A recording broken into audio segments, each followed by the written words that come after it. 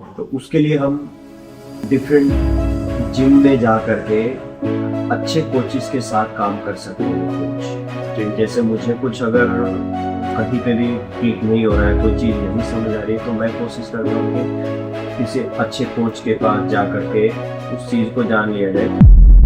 7, 8, 10 सालों से जो फीमेल जिम्नास्टिक्स टीम को मेंटर कर रहे हैं और उनकी जो परफॉर्मेंसेस डिलीवर हुई हो, उनके पीछे काफ़ी बड़ा जो रोल रहा है वो हमारे हरीश सर का रहा है।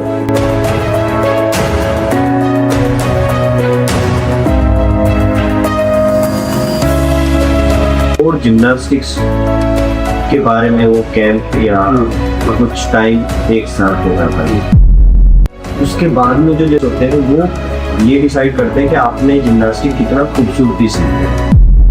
Spotify Nation presents Podcast with Professionals.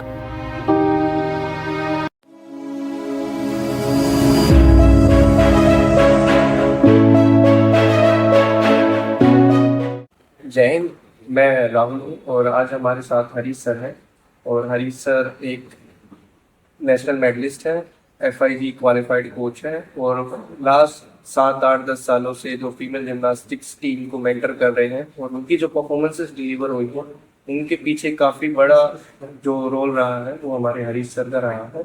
और आज हम हरीश सर के एक्सपीरियंस के बारे में थोड़ा जानेंगे और जिम्नास्टिक्स को और उनके एस्पेक्ट्स को लेकर बात करेंगे। हेलो सर, कैसे हैं सर? सो सर, आप जैसे इतने सारे जिम्नास्टिक्स इतने सालों से एक्सपीरियंस कर रहे हैं, तो सर ये जब आपकी जिम्नास्टिक्स की एज एथलीट जर्नी स्टार्ट हुई, तो वो जर्नी कैसे कोचिंग करियर में बदल गई और कैसे आपने जिम्नास्टिक्स को एज ए कोचिंग करियर के तौर पे परस्यू किया सर? मैं जहाँ जिम्नास्टिक्स लास्ट जो मेरा टाइम था जिम्नास्टिक्स का, वो मेरा दिल्ली में रहा। दिल्ली IG उस टाइम ऐसा था कि इंडिया कैंप बहुत लगते हैं, जो इंडिया कैंप कम हो गए। उस टाइम पे इंडिया कैंप जब लगते थे तो मैं एक ट्रेनी भी था, तो उनको प्लेयर्स को भी देखता था मैं, वो कोचिंग कर जिम्नास्टिक्स कर रहे हैं, उनके जो कोचेस थे उनको भी देखता था। और मेरे हमेशा से आइडल रहे जो मेरे कोच हैं मिस्टर परवीन शर्मा, मैं चाहता था कि उन जैसा ही बनूं। तो वो कोच है, तो मुझे भी उस टाइम से ही मुझे हेल्प देना, एक किसी जिम्नास्ट की हेल्प करना, नीचे जिस खड़ा कर देते थे सर कि डिसमाउंट कर रहा है, ये खड़े रहो, उसको बचाना है, अगर फोन कर है ना, हेल्प मिलेगा। वहाँ से मुझे इंटरेस्ट आने लगा और फिर मैंने जैसे बताया कि परवीन शर्मा जैसा बनना चाहता हूँ मैं, क्योंकि वो कोच है तो मैं भी फिर कोच नहीं। सर अभी जैसे आप इतने सालों से कोचिंग करवा रहे हैं, जैसे हम परवीन सर के गाइडेंस के अंदर कोचिंग सीख भी रहे हैं, उन चीज़ों को जान रहे हैं, तो इतने सालों में आपने पर्सनल क्या एक्सपीरियंस किया कि एक कोच की क्या फिलोसफी है, उसका किस डायरेक्शन में बच्चों को ट्रेन करना चाहिए किसी भी कोच को, तो वो एक प्रॉपर एथलीट के तौर पे हमें 4-5 सालों के बाद वो रिजल्ट्स लाए, मेडल्स जीत सके? सबसे पहले मेरा मानना है कि आप जब शुरुआत करते हो किसी भी बच्चे के साथ, तब वो जिम्नास्ट नहीं होता है बच्चे के साथ, तो सबसे पहले स्पोर्ट्स में उसको मजा आना चाहिए, वो इंजॉय करे। तो स्टार्टिंग में वो 45 मिनट आपके पास आएगा, 1 घंटे आएगा या 1.5 घंटे आएगा, उसको उस जिम के अंदर आपके साथ मजा आना चाहिए। तो वो घर जाए और वो अगले उसी टाइम का वेट कर रहा हो, तो मुझे वापस जिम जाना है, उन्हीं सर के पास जाना है, मैम के पास जाना है और मुझे वही स्पोर्ट्स खेलना है, उससे मन लगने लगा, उससे उसको मजा आना चाहिए, तभी हम जाके उसको आगे एथलीट के तौर पे। हाँ बिल्कुल। वो फिर जैसे जैसे स्किल ओरिएंटेड आप होते जाओगे, जैसे जैसे बच्चा आपके पास टाइम देता जाएगा, वैसे वैसे वो चीजें सीखता जाएगा। और जिम्नास्टिक्स में हर चीज, हर एक अपरेटस के ऊपर हर एक स्किल सीढ़ी दर सीढ़ी चढ़ी जाती है। जैसे वो पहले वो फ्रंट रोल क्लियर करा, उसमें फ्रंट रोल के बाद वो बैक रोल सीखेगा, फिर एक टाइम आएगा वो बैक सोल्टो भी सीखेगा, फिर वो टाइम आएगा कि डबल बैक सोल्टो भी सीखेगा, तो उसको और वो इंटरेस्टिंग बनेगा उसके लिए। फिर आप धीरे धीरे धीरे जिम्नास्ट को फर्क पाओगे, जान पाओगे कि हाँ अब मुझे इसको प्योर कॉम्पिटिटिव ट्रेनिंग स्टार्ट करवानी है।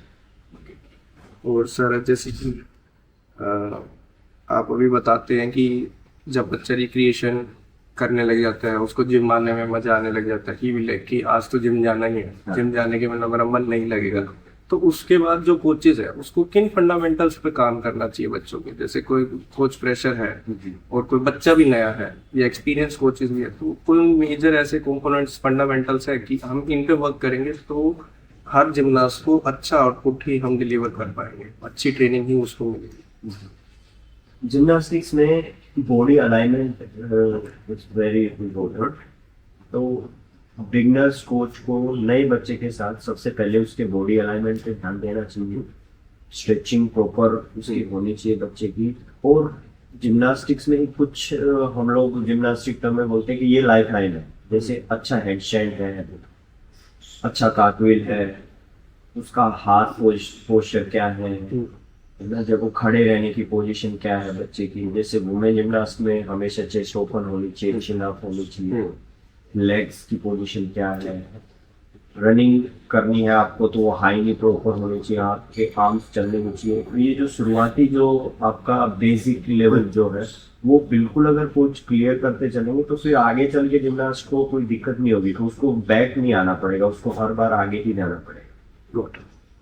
जब भी हम किसी छोटे बच्चे को ट्रेन करते हैं, अभी छोटा बच्चा जब ट्रेन होते बेसिक्स क्लियर करने लगता है, फिर वो कॉम्पिटिटिव ट्रेनिंग के तौर पे जाता है, फिर एलीट के तौर पे वो अपना कैरियर बनाना या फिर जिम्नास्टिक्स को परस्यू करना स्टार्ट करता है। बट उसमें क्या है कि हमारे पास काफ़ी बच्चे करते हैं, लेकिन कुछ बच्चे होते हैं जिनमें कोचेस पोटेंशियल देख पाते हैं। तो आपको क्या लगता है कि वो पोटेंशियल या वो जजमेंट कैसे आती है कि इन बच्चों के ऊपर, वैसे तो सब बच्चे समान ही होते हैं, सबको सेम ही हम ट्रेनिंग देते हैं, बट कुछ बच्चे ऐसे होते हैं जिनकी हंगर होती है या फिर जिनका स्किल सेट ऐसा होता है, तो आपको क्या लगता है कि उनका पोटेंशियल हम कैसे जान सकते हैं, कैसे उन बच्चों को हम और ज़्यादा अच्छे तरीके से डिलीवर कर सकते हैं पास तक? जिम्नास्टिक्स में मैं एज ए कोच ये मानता हूँ कि रेगुलरिटी इज मस्ट। बच्चा रेगुलर कितना उस खेल को हर रोज खेल रहा है वो ज्यादा इम्पोर्टेंट है। उसके बाद में हर एक बॉडी टाइप का एक अलग नेचर है। किसी बॉडी में ताकत ज्यादा होगी, किसी बच्चे के पास दिमाग ज्यादा होगा, किसी बच्चे के पास हार ना मानने की क्षमता होगी, विल पावर ज्यादा होगी। तो उसके अकॉर्डिंगली ही उनका स्किल सेट भी होता है। कुछ बच्चे हैं जो बार बहुत अच्छा करते हैं, कुछ है बीम अच्छा करते हैं, कुछ वॉल्टिंग अच्छा करते हैं, कुछ फ्लोर अच्छा करते हैं। तो जैसे जैसे जैसे बताया आपने कॉम्पिटिटिव लेवल में जाके क्या होता है कि हर अप्रेंटिस के ऊपर आपको परफॉर्मेंस देने हो। जब आप हर अप्रेंटिस पे अच्छा परफॉर्म करने लग जाओगे तो आपके पास अच्छे स्किल सेट होंगे। जब कोच को ये डिसाइड करना है कि मुझे अब इन जिम्नास्टों को आगे लेके चलना है, तो नंबर 1 चीज का ध्यान रखेगा वो बच्चा रेगुलर कितना है। नंबर 2 ये चीज का ध्यान रखेगा उसके अंदर हंगर कितना है, किस चीज को पाने का, मेडल पाने का या अच्छा परफॉर्म करने का। तीसरा उसका स्किल सेट अब क्या है, बेसिक्स उसके कितने बेहतर थे कि आगे हमें प्रॉब्लम नहीं होगी किसी चीज को सुधारने में, कितने एलिमेंट्स सीखने होंगे।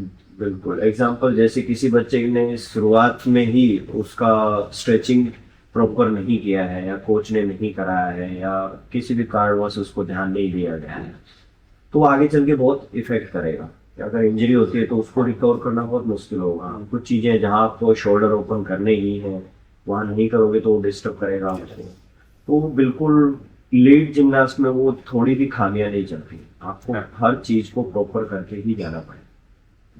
ठीक है, ये काफ़ी फ्रूटफुल था, क्योंकि कई बार क्या होता है कि बच्चों को पोटेंशियल देखने के लिए देवर भी लाइक कि पेरेंट्स की जजमेंट होती है कि एक दिन क्लास स्किप कर दो, कई बार करवा देते हैं कि बर्थडे पार्टी है, कोई बात नहीं क्लास नहीं गए, बट वो इफेक्ट आता है। हाँ बिल्कुल, लॉन्ग टर्म में आता है, शुरुआत में नहीं आता है, लॉन्ग टर्म में आता जब है। Elite gymnast. बिल्कुल। सर जैसे अभी आपने फीमेल जिम्नास्टिक्स के बारे में बताया, एथलीट्स के बारे में बताया, तो सर क्या आपको लगता है इंडिया में फीमेल जिम्नास्टिक्स इनफ है ट्रेनिंग करवाने के लिए बच्चों को, पर्टिकुलरली फीमेल कोचेस? मेरा आंसर तो इंडिया मतलब जैसे आप जैसे बता रहे हैं कि हमारे पास फीमेल कोचेस उतने नहीं हैं जितने हमें ट्रेन करने के लिए हो, तो इसको ग्रो करने के लिए क्या कर सकते हैं कि कोचेस फीमेल कैरियर ज़्यादा बनाए अपना या ट्रेनिंग्स ज़्यादा बच्चों को प्रोवाइड करें, तो वो आगे एथलीट्स को ज़्यादा अच्छी चीज़ें डिलीवर हो। मुझे लगता है कि पहले हमें को जिम्नास्टिक्स सिखाना जरूरी था। How to train. जी तो उसके लिए हम डिफरेंट जिम में जा करके अच्छे कोचेस के साथ काम कर सकते हैं। कोच जैसे मुझे कुछ अगर कहीं पे भी क्लिक नहीं हो रहा है, कोई चीज़ नहीं समझ आ रही है, तो मैं कोशिश करता हूँ कि किसी अच्छे कोच के पास जा करके उस चीज़ को जान लिया जाए, क्योंकि वो हमसे ज़्यादा एक्सपीरियंस है। तो उन्होंने वैसे जिम्नास्टों के साथ बहुत टाइम से काम किया है, तो ऐसा कर सकते हैं। दूसरा, बहुत सारे इंटरनेशनल इवेंट भी होते हैं कोचेस के, तो वहाँ जा कर के अपने आप को ट्रेनिंग करवा सकते हैं कि हाँ मुझे जिम्नास्ट को कैसे ट्रेन करना है। और एक तीसरी चीज जो मुझे ही लगता है कि ऐसा होना चाहिए कि कोच को ईमानदार होना चाहिए अपने बच्चे के साथ, अपने प्रोफेशनल के साथ। या ये भी एक मेजर फैक्टर होता है। अभी आपको क्या लगता है कि सर करंटली गुजरात में या इंडिया में जिम्नास्टिक का क्या स्टेट है, मतलब क्या किस फैक्टर पे गुजरात को या इंडियन जिम्नास्टिक को काम करना चाहिए तो एथलीट्स को या कोचेस को बड़ी लेवल पे परफॉर्मेंसेस एथलीट निकाल पाए, कोचेस अच्छे लेवल के एथलीट्स को ट्रेन कर पाए और अच्छे एथलीट्स हम प्रोड्यूस करें हमारी कंट्री के लिए या गुजरात के लिए? नंबर वन तो वही है कि कोचिस को जिम्नास्टिक कराना सिखाना वो जरूरी है। तो उसके लिए आप इंटरनेशनल कैंप के लिए भेज सकते हो कोचिस को। इंडिया में जो बेहतर सेंटर है, बेहतर कोच है, उनके साथ काम करो, ट्रेनिंग वर्कशॉप वगैरह कर सकते हो। दूसरा, अच्छे जिम्नास्टिक्स के सेंटर ओपन कर सकते हो जहाँ पे प्रॉपर फैसिलिटीज हो, आपका जैसा एम है। क्योंकि अगर आपका एम है नेशनल मेडल तो उसके लिए इनफ सेंटर चल सकते हैं, बट आपका अगर है कि इंटरनेशनल मेडल तो उसके लिए आप किसी भी चीज़ में डिनाई नहीं कर सकते हो। उसके लिए बेहतर से बेहतर आपको फैसिलिटी देनी पड़ेगी। और वुमेन जिम्नास्टिक्स में ये नहीं कि आप किसी एक कंपनी का सामान लेकर के आप जिम सेट कर दिया तो आपने इवेंट स्टेब्लिश कर लोगे या उससे आप अचीव कर लोगे, सब कुछ नहीं। क्योंकि जिम्नास्टिक्स में हर कंपनी का अलग कुछ ना कुछ हाँ बिल्कुल, कुछ थोड़ा बहुत बात ज़्यादा भी डिफरेंट है। बट अगर आप उस लेवल के लिए कम्पीट करना चाहते हो तो वो थोड़ा सा भी बहुत मैटर करता है ना। तो वो हर कंपनी के अच्छे अप्रेंटिस होना, जैसे बीम ही है तो कुछ कंपनियां हैं जो हार्ड बीम बनाती हैं, कुछ कंपनियां बहुत सॉफ्ट बनाती हैं, बट वो सॉफ्ट और हार्ड ड्यूरिंग कॉम्पिटिशन बहुत इफेक्ट करता है। उसको ट्रेनिंग कैसी हुई है और पूरा कॉम्पिटिशन में कैसे परफॉर्म कर रही है। हाँ बिल्कुल। तो सर अभी जैसे आपने ट्रेनिंग सेंटर्स और फैसिलिटीज़ की बात करी, तो आपको क्या लगता है कि गुजरात में अभी उतने ट्रेनिंग फैसिलिटीज़ या पर्टिकुलरली अहमदाबाद की बात करें तो उतने ट्रेनिंग फैसिलिटीज़ और उतने ट्रेनिंग सेंटर्स हैं कि बच्चे अगर मान लो 3-4-5 साल का बच्चा आता है और वो 3 साल ट्रेनिंग करता है तो वो इक्विपमेंट्स की फैसिलिटी से उसकी परफॉर्मेंस बूस्ट हो। इस तरीके के इक्विपमेंट सेंटर गुजरात में अहमदाबाद में है। और क्या इंडिया को आप इस तरीके से देखते हैं कि इनफ है हमारे पास या हमें ग्रो और सेंटर्स बनाने चाहिए? नहीं, गुजरात में नहीं है सेंटर वैसे जैसा हम चाह रहे हैं। हमारे पास 1 से 2 सेंटर ही है जहाँ पे पूरे अप्रेंटिस हैं, वो भी प्रॉपर नहीं है। जैसे ट्रेनिंग हॉल में अच्छा फॉर्म फिट चाहिए, वो नहीं है ना।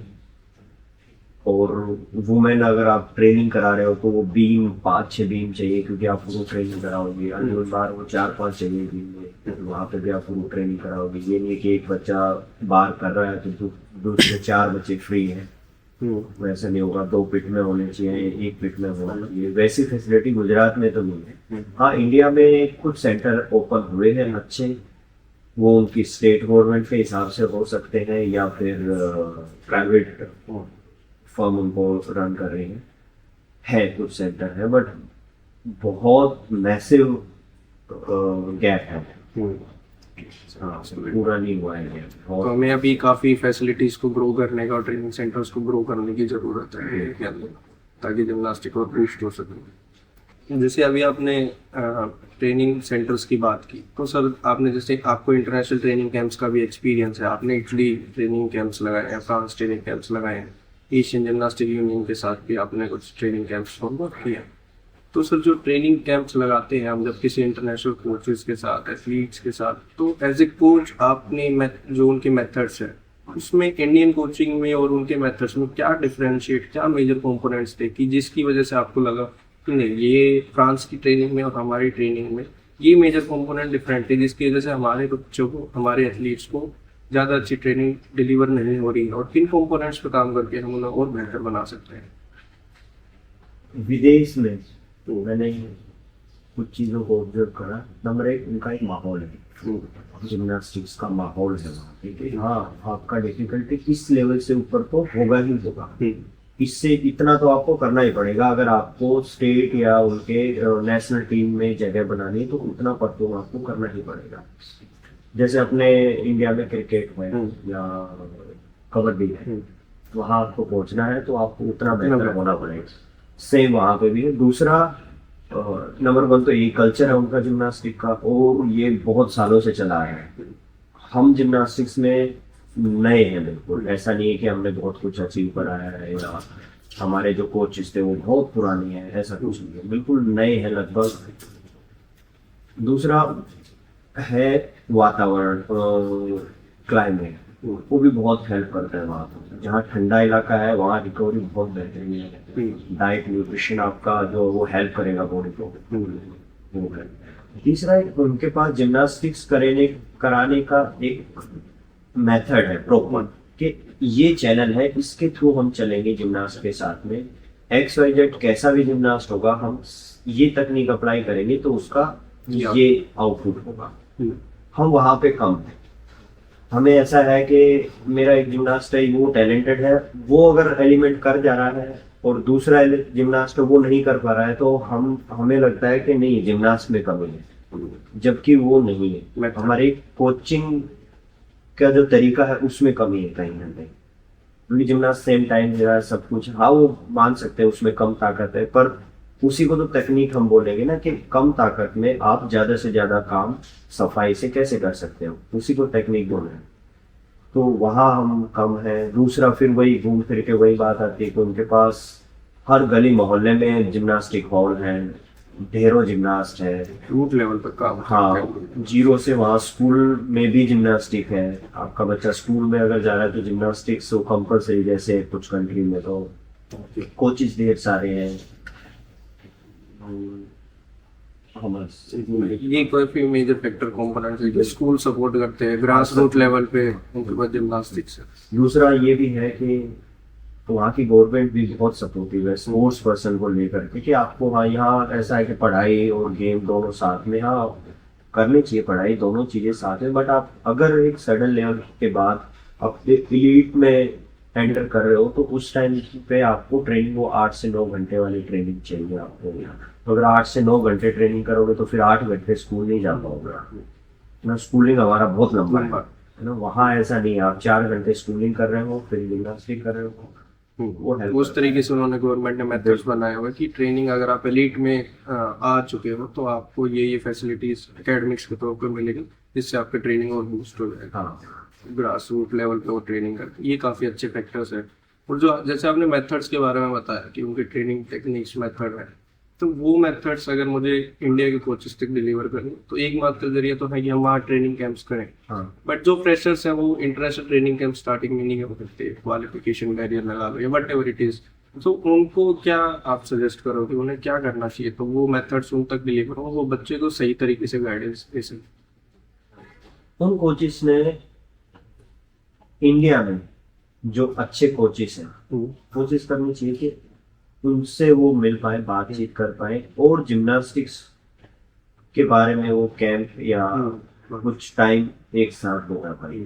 एक अच्छे सेंटर पे अगर जाकर के आप 10 दिन का भी कैंप करते हो तो आपके पास एटलीस्ट 8 से 10 वीक का आपके पास सामान आ जाता है कराने का, कि ये चीजें मुझे अगले 20 वीक बच्चों को करानी है, क्योंकि उस जिम में आपने देखा हाँ कोचेस इस तरीके से काम कर रहे हैं, ये इनका वर्क पैटर्न है, इतना लोड देते हैं बच्चे पे, स्किल ओरिएंटेड जब हो रहे हैं तो कितने रेपिटेशन कर रहे हैं ये लोग, कैसे बॉडी पोस्चर पे काम किया जा रहा है, कैसी कंडीशनिंग कराई जा रही है जिम्नास्ट को।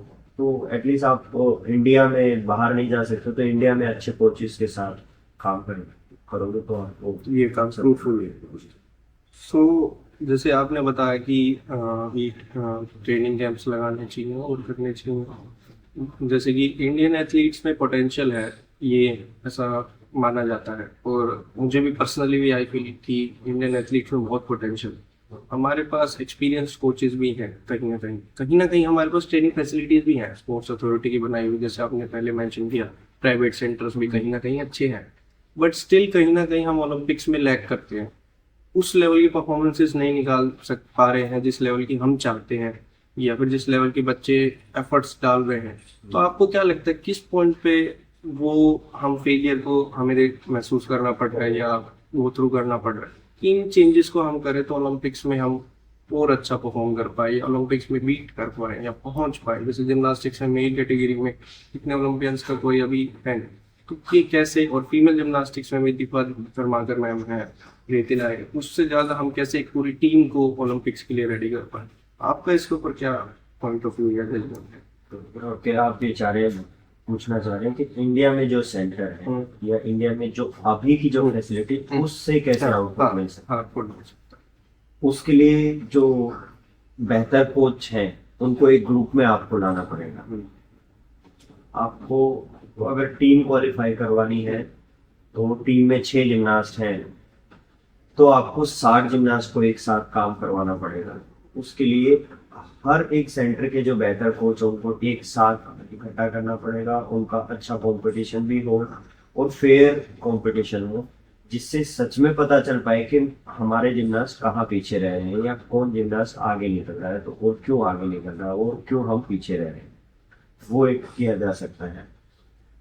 जैसे आपने ट्रेनिंग कैंप्स की बात की, तो आपको कैसे लगता है कि कोई भी कोच फ्रेशर है तो वो इंटरनेशनल या नेशनल लेवल के कोचेस को कैसे अप्रोच करे, कैसे उन तक पहुंच पाए, कैसे किसी, अब जैसे जो प्राइम एथलीट्स हैं उन्होंने प्राइम एथलीट्स की ट्रेनिंग की होती है, अच्छे कोचेस से वो ऑलरेडी कनेक्टेड होते हैं, बट जैसे आप हम यहाँ करंटली अहमदाबाद है और हमें दिल्ली कहीं कैंप करना है, तो जो फ्रेशर्स हैं उनको वैसे कैसे ट्रेनिंग है, कम एक्सपोजर्स मिलेंगे एथलीट्स को या कोचेस को, उसके लिए क्या प्रेफर करेंगे?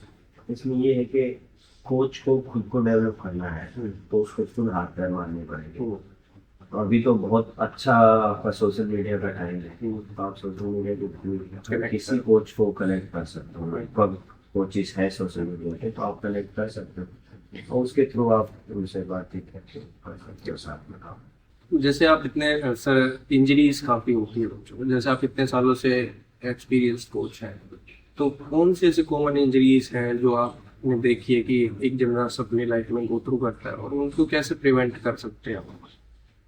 वुमेन जिम्नास्टिक्स में लोअर पोर्शन का लोड ज़्यादा होता है क्योंकि उनके 3 अपरेटस लेग्स के होते हैं, बीम, फ्लोर और वॉल्टिंग टेबल, और एक ही अपरेटस ऐसा है जो हाथ का है, शोल्डर का है, और वो तो सब में इग्नोर हो गया, बट हाथ का अपरेटस एक अनिवार्य बात नहीं पड़ता है।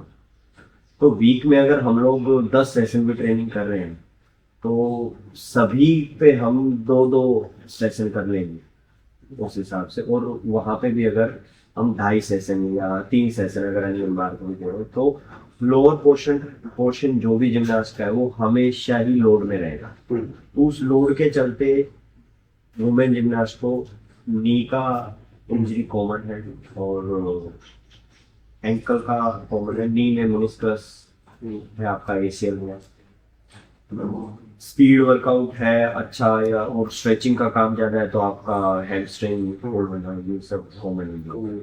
उनको प्रिवेंट करेंगे तो जिम्नास्ट ज़्यादा।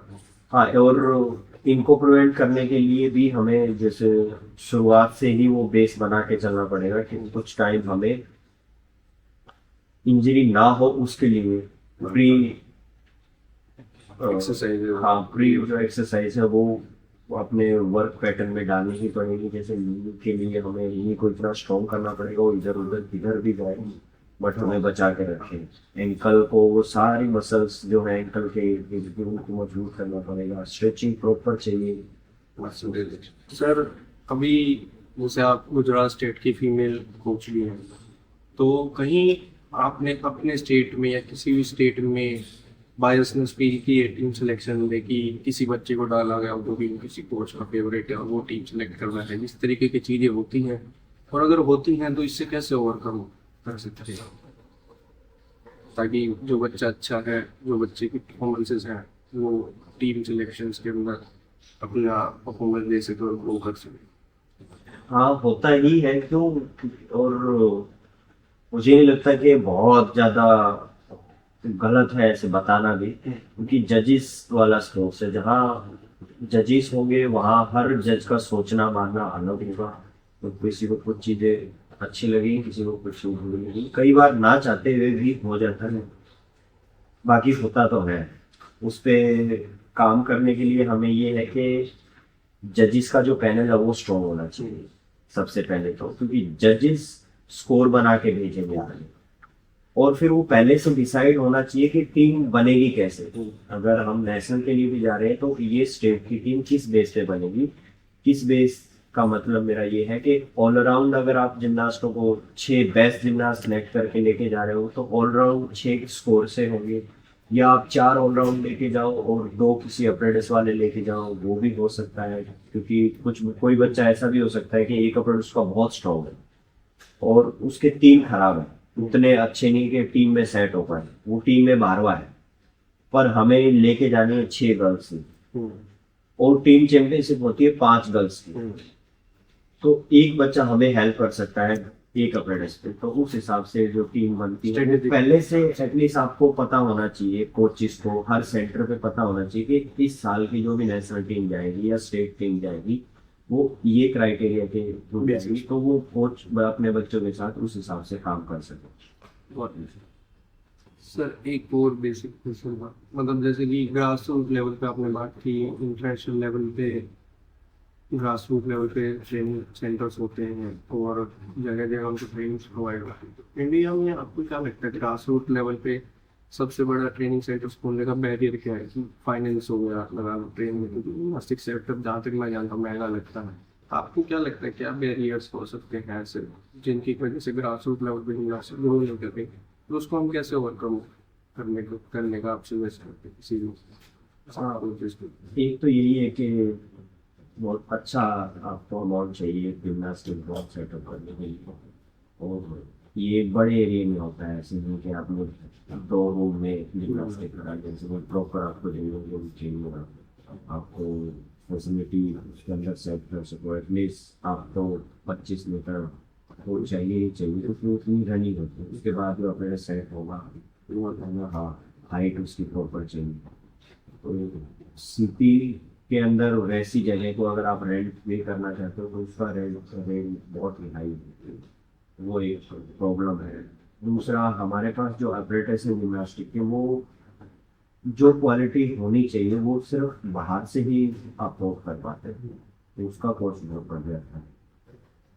तीसरा, पेरेंट्स और कोचिस बच्चों को उतना टाइम नहीं दे पाते जितना हमें शुरुआत में देना चाहिए, वो एक रिएक्शन है। और इनफ कोचिस हर सिटी में या हर स्टेट में वो इनफ कोचिस भी नहीं है। तो जैसे कुछ सेंटर पे ऐसा है कि एक कोच है, उसके पास 20 बच्चे हैं, तो वो कैसे ट्रेनिंग करा पाएगा? मैक्स है कि 10 से 11 बच्चे शुरुआत में आप वो करवा सकते हो, ध्यान दे सकता है कोच हर बच्चे को। वो जब ध्यान नहीं देता, ज़्यादा बच्चे होते हैं तो वो कहीं पे बेसिक को स्किप किया जाता है, और वो बेसिक स्किप करना वो आगे आपको। तो सर एक और मैं चीज़ जानना चाहूँगा कि मान लो जैसे जिम्नास्टिक्स में है, जिम्नास्टिक्स में अगर आप कोई एक रूल चेंज करना चाहेंगे तो आप किस रूल को चेंज करना चाहेंगे जिससे इंडियन जिम्नास्टिक्स और ज़्यादा ग्रो करे? रूल्स मुझे लगता है कि एक तो जब जजेस होते हैं ड्यूरिंग कंपटीशन, तो जिम्नास्टिक्स में ऐसा होता है कि 7 जजेस होते हैं, D और D1। उनका काम है आपकी स्किल का जो भी स्कोर है वो मेजर करना, सिर्फ उनका वही काम है। उसके बाद में जो जजेस होते हैं वो ये डिसाइड करते हैं कि आपने जिम्नास्टिक कितना खूबसूरती सीखी है, जिसको ई स्कोर बोलते हैं। तो जो हमारा जिम्नास्टिक का लॉ है वो ये है कि आप डी जूरी से बात कर सकते हो, अगर उन्होंने आपका स्कोर किसी भी एलिमेंट को काउंट नहीं कर कंसीडर नहीं किया है तो आप पूछ सकते हो कि सर मैम आपने ये एलिमेंट हमारा काउंट नहीं किया है, मैं जैसे मेरी स्टार्ट वैल्यू 5-1 है बट आपने 5 ही दी है। तो वो वीडियो देख करके देखेंगे हाँ कि नहीं 5-1 है, बट तो फिर वो बढ़ा घटा सकते हैं। बट ई जूरी में अलग है। ई जूरी में ऐसा माना जाता है कि 5 जजेस है ई जूरी में, तो उन्होंने जो स्कोर दे दिया उसका एवरेज निकल के वो चढ़ जाएगा। उन्होंने कम काटा या ज्यादा काटा वो उनके ऊपर है। तो एज ए कोच मुझे ये लगता है कि उनके ऊपर भी ऐसे एक प्रॉपर कमेटी बिठानी चाहिए कि अगर मेरे जिमनास्ट का डिडक्शन ज्यादा है तो क्यों है वो किस जानने का basis भी पे? किस बेस पे एटलीस्ट वो कम ज्यादा नहीं करे तो एटलीस्ट बता पाए कि आपका 0.1 यहाँ कटा है, 0.3 यहाँ कटा है, 0.5 यहाँ कटा है, टोटल इतना आपका कटा है, इतना ये एवरेज आया है और ये आपका इस हिसाब से हमने कट किया है। तो ये रूल होना चाहिए कि ये लॉ बने कि हम ई के ऊपर भी कार्रवाई कर सकें। तो जिससे जिमनास्ट को और ज्यादा इन चीजों के बारे में पता चलेगा कि हमारे मार्क्स कहाँ कट रहे हैं, हम एग्जीक्यूशन कुछ चीजें फेयर हो जाएंगी कोच को भी। और ऐसा जब होगा तो जजिस के ऊपर भी एक एक्स्ट्रा प्रेशर होगा कि हम गलत नहीं कर सकते, गलत करेंगे तो हमसे भी बात होने लगेगी। जैसे डी के साथ ऐसा ही होता है, डी को बहुत ध्यान रखना पड़ता है। डी ने अगर गलती की तो हर जिमनास्ट के पास उसका स्कोर है, डी स्कोर, तो जाके पूछ लेगा सर मेरा तो ये है, आपने ये करा। तो ऐसे ही ई के ऊपर भी होना चाहिए। और दूसरा मुझे लगता है वुमेन जिमनास्टिक्स में जहाँ मैं कोचिंग करवा रहा हूँ बीम बहुत कम है। बीम का जो एरिया है वो थोड़ा सा बढ़ जाए तो बेहतर हो जिमनास्ट के लिए, सेफ फील करे वुमेन जिमनास्ट। क्योंकि काफी पतला होते तो देवर भी लगी बिल्कुल, वो 4 इंच पे क्या कर लोगे आप। आप जैसे कोचिंग कर रहे हैं तो आपने कोचिंग में आपको बेस्ट रिवॉर्ड क्या लगा कि ये कोचिंग ने मुझे दिया है पर्सनली मेरे कैरियर में, कि मैंने कोचिंग डिलीवर की है उससे मेरा ये सेटिस्फैक्ट्री लेवल ये था, या इस चीज से मुझे सबसे ज्यादा एंजॉयमेंट फील हुई है, तो वो क्या है, क्या आपकी लेगेसी है, कैसे आप इसको डिस्क्राइब करेंगे? देखो, ये 2-4 मिनट में तो नहीं मैं कर सकता हूँ क्योंकि जिमनास्टिक्स में सब कुछ जिमनास्टिक ने ही दिया है। मुझे एक बेहतरीन कोच, बेहतरीन इंसान दिए जिमनास्टिक में, मिस्टर प्रवीण शर्मा। और अगर आप अचीवमेंट के तरीके से गिनने जाओ मेडल्स के लिए, तो पहला एक खेलो इंडिया में जब हमने पहली बार हमारे जिमनास्ट ने जब परफॉर्म किया ग्वालियर में, वो मेरा सबसे शानदार अचीवमेंट था। वो अचीवमेंट ये था कि बैलेंसिंग बीम पे मेरी 2 लड़कियां क्वालिफाई हुई थी और दोनों की दोनों फाइनल में उनका फर्स्ट और सेकंड मेडल पोजीशन हासिल किया। तो वो मेरे लिए अब तक का बेस्ट अचीवमेंट थी। उसके बाद तो बहुत बार ऐसे मेडल आते रहे। दूसरा एक अच्छा अचीवमेंट मैं मानता हूँ कि हमने अनिवन बार जब भी हम परफॉर्म कर रहे हैं किसी भी कंपटीशन में, अनिवन बार पे हम कोई ना कोई पोजीशन में रहते नहीं। वो मैं अचीवमेंट करता है क्योंकि मुझे अनिवन बार कराना पसंद है और मेरे बच्चे हर बार वहाँ डिलीवर कर रहे हैं। तो सर काफी फ्रूटफुल रहा आपसे बात करके टुडे, बट जाने से पहले मैं एक रैपिड फायर राउंड और आपसे करूंगा। You have to answer that rapidly, या just answer it, it don't take that much time, ठीक? So favourite gymnast of all time? India और Whatever. Alia Mustafi. Toughest skill in gymnastics to master? Dismount on balancing beam, double twisting, double back, Simone Biles. One rule in gymnastics you wish you could change instantly. Beam. Okay. थोड़ा खुला कर दो। Measurements. Most inspiring moment in your coaching career? Parveen Sharma ने एक बार ताली बजाई थी बाहर से खड़े होकर। मेरे जी। जिमनास्टिक्स जो है वो लोगों को ऐसा लगता है कि स्टंट्स हम ज्यादा करते हैं, सिर्फ वही होता है, ये मिथ है या ये रियलिटी? नहीं ये थे। जिमनास्टिक्स एक वेरी शॉर्ट कैरियर स्पैन है कि लोगों को लगता है जिमनास्टिक एक बहुत शॉर्ट कैरियर टाइम के लिए होता है, ये मिथ है या रियलिटी? नहीं ऐसा कुछ नहीं है, मिथ है। So today we talked about women gymnastics and your coaching experiences. It's very fruitful for the athletes, coaches, and आपके साथ बात करके हमें ये एक्सपीरियंस हुआ कि इंडिया में इन फैक्टर्स के ऊपर हम काम करेंगे, अहमदाबाद के अंदर हम इन फैक्टर्स पे, गुजरात के अंदर इन फैक्टर्स पे काम करेंगे, तो जिमनास्टिक्स एक्चुअल में लोगों तक डिलीवर हो पाएगी। लोग एक्चुअल में जान पाएंगे कि कैसे चीज़ों को करना चाहिए, ट्रेनिंग कैंप्स कैसे होने चाहिए, एथलीट्स कैसे काम करें। सो सर, आज आपसे बात करके हमें बहुत अच्छा लगा, और आप इन फ्यूचर भी ट्राई करेंगे कि आपके एक्सपीरियंस से हम और जान पाए और लोगों तक बात पहुँचा पाए athletes training. Thank you, nice meeting you sir.